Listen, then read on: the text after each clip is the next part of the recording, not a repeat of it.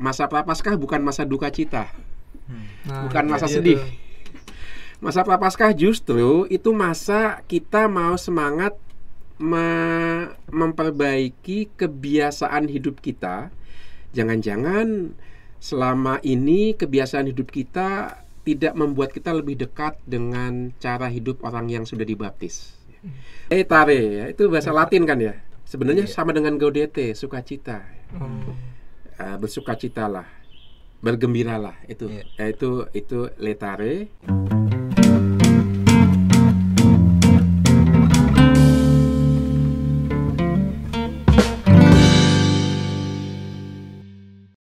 Halo sahabat-sahabat seperjalanan, kembali lagi bersama kami di Project. Podcastnya Imam dan calon imam Kuskupan Agung Jakarta. Yes. Mantap. Mantap. Teman-teman, perkenalkan saya Kevin, ditemani rekan saya Edgar. Dan bintang tamu spesial kita Siapa nih? lagi kalau bukan Romo Carolus Putranto, atau yang biasa disapa Romo Uut. Yes, salam jumpa lagi. Salam jumpa Salam Romo. jumpa. Apa Sehat? kabarnya nih Romo? Kabarnya sehat, agak sedikit pilek. Waduh, emang nih cuacanya emang lagi hujan non-stop. Pancaroba. Asik. Nah iya, langsung aja. Jadi kita sekarang ini mau bahas yang namanya Laetare. Jadi di masa Prapaskah ini ada yang namanya Minggu Laetare. Oh, Minggu Prapaskah ke berapa tuh? Prapaskah keempat. Benar banget. Jadi tuh ada yang unik ya di Minggu Laetare ini. Salah satunya tuh warna liturgi pink. Warna Itu liturgi yang pink. cuman dipakai dua kali ya dalam setahun berarti. Setahun, betul. Nah itu cuman di masa Prapaskah dan Advent. Nah itu Masa biasa enggak ya? masa biasa enggak? Ya, hijau semua. Hijau semua. Benar. Jadi, nah itu warna yang cukup unik ya, karena Romonya bakalan imut pasti. Itu dia. Itu dia. Nah, tapi ya ini yang akan kita dalami bersama Romo Uut ini. Apa artinya Minggu Laetare itu apa sih di Gereja Katolik, dan apa yang membedakannya dengan Laetare dengan Gaudete ya pas masa Advent itu kan maknanya sama-sama bersuka cita ya, tapi kan ya kalau saya rasa sih ini belum bicara soal ajaran atau apa gitu kan. Kalau di Minggu Gaudete itu ya kan pas masa Advent itu kan kita menantikan sukacita gitu ya, menantikan Yesus yang akan lahir dan sukacita. Nah tapi kan kalau di masa Prapaskah gitu ya, ketika ya kita juga sedang istilahnya merenungkan Yesus yang akan disalib. Ada nuansa pertobatan. Iya, nuansa pertobatan. Tapi di tengah-tengahnya kenapa ada sukacita gitu, Rom? Iya. Gimana, Rom? Iya. Sekarang kita coba bandingkan dulu Laetare dan Gaudete ya. Iya. Gaudete itu kan minggu ketiga ya. Minggu ketiga masa Advent ya. Iya, minggu ketiga. Minggu ketiga masa Advent artinya apa? Artinya perayaan untuk mengenangkan inkarnasi Tuhan sudah mendekat. Artinya kalau kita melihat masa Advent itu kan sebenarnya dibagi dua masa Advent itu. Dari kata Adventus, penantian, kedatangan. Siapa yang dinantikan?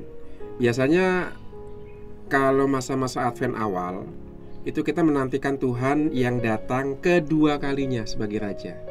Itu masa-masa Advent awal, kita menantikan kedatangan Yesus yang kedua kalinya. Maka kita berdoa semoga Yesus datang lagi ke dunia ini dalam kemuliaannya dan kita bisa menikmati kehidupan kekal bersama Dia.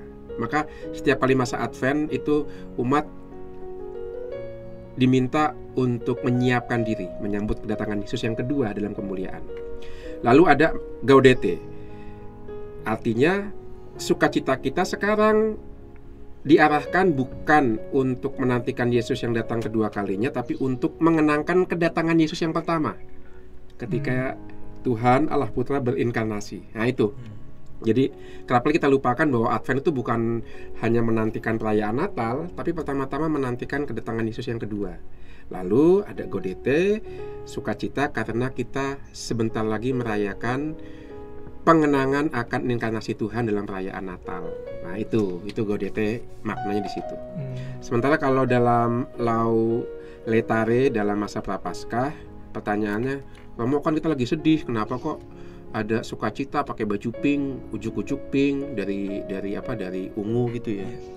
Nah ini yang mesti dikoreksi. Masa Prapaskah bukan masa duka cita, bukan masa sedih. Masa Prapaskah justru itu masa kita mau semangat memperbaiki kebiasaan hidup kita.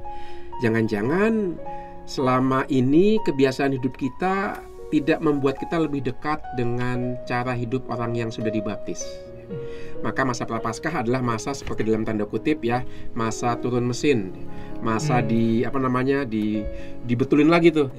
Atau kalau dalam bahasa kesehatannya ini general check up. Ya, mana nih yang harus diperbaiki nih makanannya nih, jangan-jangan yang sakit mana nih? Yang sakit mana nih? Jangan kebanyakan makan garam, kebanyakan makan gula, padahal udah manis gitu kan kalau banyak makan gula ya. Waduh. Nah, itu kayak check up tuh. Prapaskah tuh. Jadi bukan masa sedih tapi masa kita untuk ditata kembali hidupnya. Nah, dengan demikian kita bisa paham mengapa Laetare kemudian ada sukacita, karena sekarang sukacita kita diarahkan pada persiapan untuk mengenangkan misteri Paskah, sengsara, wafat, dan kebangkitan Tuhan yang menjadi inti iman kita. Ya, itu. Dan kerap kali kita berpikir bahwa kebahagiaan itu bertentangan dengan penderitaan. Oh, enggak juga. Kebahagiaan bisa berdampingan dengan penderitaan. Maka Laetare artinya mengatakan bahwa dalam situasi apapun Tuhan kita tetap Immanuel. Dan itu mengarahkan kita semakin dekat pada perayaan Paskah, mengingatkan kita nanti pada Paskah yuk kita minta berkat Tuhan untuk kebiasaan baru yang sudah kita rintis pada masa Prapaskah ini, seiring dengan perayaan kebangkitan Yesus yang memang membawa ciptaan kepada hidup yang baru. Nah itu sukacitanya di situ. Maka bukan kesedihan pertama-tama dalam masa Prapaskah, tetapi sebuah niat untuk hidup secara baru. Itu sebabnya dalam katekese ya, 40 hari itu masa yang khusus itu, persiapan baptis dekat itu. Masa orang mau dibaptis sedih kan enggak kan ya. Orang yang mau dibaptis itu menanti-nantikan malam Paskah supaya saya dibaptis. Dan Laetare mau mengatakan udah makin dekat hari pembaptisan. Itu untuk calon baptis. Untuk kita yang sudah dibaptis, kita sudah mau dekat untuk memperbaharui janji baptis kita. Nah itu seperti mobil agak rusak, mau dibawa ke luar kota, dimasukin bengkel, lihat semuanya dalam rangka supaya nanti hari keluar kota sudah dekat. Nah pas hari hanya sudah datang, mobil sudah siap dipakai. Demikian juga kita, hari Paskah sudah dekat, saya sudah siap dengan hidup baru. Kurang lebih gitu. Laetare, sukacitanya di situ. Sukacita, mantap nih. Ngomong-ngomong dari tadi kita bahas Laetare artinya apa sih Laetare itu sebenarnya? Bukan bahasa Batak ya, Bahasa Batak. Itu lai, beda. Oke. Laetare ya, itu bahasa Latin kan ya. Sebenarnya sama dengan Gaudete, sukacita. Bersukacitalah, bergembiralah itu. Itu Laetare seperti Gaudete. Kalau dalam surat apostoliknya Paus Fransiskus kan ada Gaudete ya. Exultate, bersoraklah, exultate. Maka ada nanti di Paskah ada exultet ya. Seruan penuh sukacita karena Tuhan sudah bangkit. Itu, maka Laetare artinya sukacita. Dan kalau kita lihat minggu keempat masa Prapaskah, Laetare itu kan mazmurnya ya, antifonnya kan mengatakan bersukacitalah Yerusalem. Nah itu antifon pembukanya, bersukacitalah Yerusalem. Kok yang diajak sukacita hanya Yerusalem? Kenapa itu? Wah, kenapa tuh Frater Kevin? Tanyakan langsung aja. Oh iya. Kenapa Yerusalem? Saya yang nanya, saya yang jawab. Iya, kenapa Yerusalem diajak bersukacita? Iya, macam-macam sih alasan, tetapi yang pasti adalah Yerusalem itu dalam sejarah orang Yahudi pelan-pelan itu menjadi sebuah simbol untuk kedatangan Mesias. Kota Yerusalem kan kota Raja Daud, Bukit Sion. Maka ada tradisi Yerusalem atau tradisi Sion, tradisi Raja Daud mau mengatakan bahwa dari Yerusalem akan datang Mesias, akan datang sang penyelamat yang dijanjikan Allah melalui para nabinya. Maka Yerusalem diminta bersuka cita karena sungguh Mesias akan datang. Kira-kira kapan Mesias mendatangi Yerusalem? Saat Kalau dalam pekan suci. Dalam pekan suci ya? Kapan Mesias mendatangi dan mengunjungi Yerusalem? Tentu Minggu Palma. Iya kan? Udah dekat tuh Minggu Palma tuh. Minggu Iya. Palma. Maaf tadi agak nge-lag. Yerusalem nih, Mesias mau datang nih bentar lagi nih. Nah, itu. Maka nanti seruan bersukacita Yerusalem akan ditanggapi pas Minggu Palma tuh, Hosana Raja Daud datang. Nah, itu. Maka seruan bersukacita ditujukan kepada Yerusalem untuk mengenangkan bahwa Yesus putra Daud, sang Mesias akan datang berkunjung ke Yerusalem dan dia sungguh penyelamat, bukan hanya dari soal sosial ekonomi, penyelamat umat manusia dari dosa, membuat kita rekonsiliasi dengan Tuhan lagi. Maka siapa sih yang nggak suka rekonsiliasi? Iya. Begitu Letare. Begitu Frater Edgar. Oke. Luar biasa nih, luar biasa. Ya. Dari Romo Wood penjelasannya udah sangat ini ya, bermakna ya teman-teman, sahabat seperjalanan. Sambil minum? Kita sambil minum boleh? Ya. Ini Gelasnya bagus loh. gelas project. Betul. Tapi ya menarik ya tadi penjelasan Romo. Jadi prapaskah yang yang kita jalani saat ini tuh bukan melulu membatasi ini ya, pantang kan identik dengan nggak boleh ini nggak boleh itu, tapi di masa prapaskah ini kita juga diajak juga untuk menumbuhkan ya, bukan menyetop tapi juga menumbuhkan gitu kebiasaan-kebiasaan baru yang ya sekiranya bisa terus kita jalani gitu ya di masa-masa setelah Paskah gitu ya. Iya. Nah, ngomong-ngomong soal Laetare nih, kan saat Minggu Laetare itu tadi sudah dibahas juga ya bahwa warna liturginya adalah warna pink. Nah, warna pink. Yes. Nah, ini kita bertanya lebih spesifik lagi nih. Kenapa sih kita memakai warna pink itu, Romo, dalam liturgi Gereja Katolik? Iya. Gini. Soal penggunaan warna ya. Tidak ada satu budaya yang tidak memanfaatkan efek visual dari warna. Mari kita lihat secara antropologis dulu ya. Marilah sekarang kita ke budaya kita dulu yang terdekat, ke Bali. Apa warna yang menonjol di Bali? Hitam putih ya. Hitam putih. Kalau kita, ya saya jarang ke Bali tapi pernah lah ke Bali ya. Kalau ke Bali ada pohon besar beringin gitu kan, disarungin kan. Dikarungin gitu dong. Dikarungin atau dimasukin karung, nggak maaf. Disarungin kan ya, warna poleng gitu ya, hitam putih itu ya. Mau mengatakan keseimbangan hitam dan putih. Warna merah itu ada juga kalau lihat orang-orang Bali pakai sarung tertentu, atau ini kan saya juga ada warna tridatu itu merah. Itu artinya lambang keberanian, lambang kesegaran, ketegaran gitu. Maka warna itu di setiap budaya punya maksud. Kalau pernah nonton film Braveheart? Belum. Itu zaman saya masih SMP itu, belum lahir jangan-jangan ya. Braveheart itu menceritakan pembebasan bangsa Skotlandia dari penjajahan Inggris di zaman dulu ya. Jadi abad pertengahan gitulah. Mereka kalau berperang itu mewarnai muka mereka dengan warna biru atau warna ungu gitu. Ini tanda perang itu kan warna. Apalagi ya contoh-contoh lainnya dalam budaya, entah budaya Indonesia atau budaya lainnya yang pakai warna untuk menunjukkan kejiwaan kita. Mungkin paling gampang ini kalau budaya Tionghoa kan merah. Tionghoa. Merah itu apa dalam Tionghoa? Itu artinya angpau, bukan ya? Ini Sukacita kemakmuran. Juga. Kemakmuran, betul kan, ada kemakmuran. Finansial, merah tuh finansial, makanya kalau Imlek tuh angpaunya merah gitu. Iya. Ya. Dengan harapan yang yang kita beri juga tumbuh kemakmurannya di tahun ini. Iya, betul. Jadi semakin sejahtera. Kalau dalam budaya Eropa abad pertengahan, kuning emas itu lambang kemuliaan. Maka lihatlah lukisan-lukisan Giotto, yaitu pelukis dari Fransiskan, selalu backgroundnya itu warna emas untuk melambangkan kemuliaan Tuhan ya.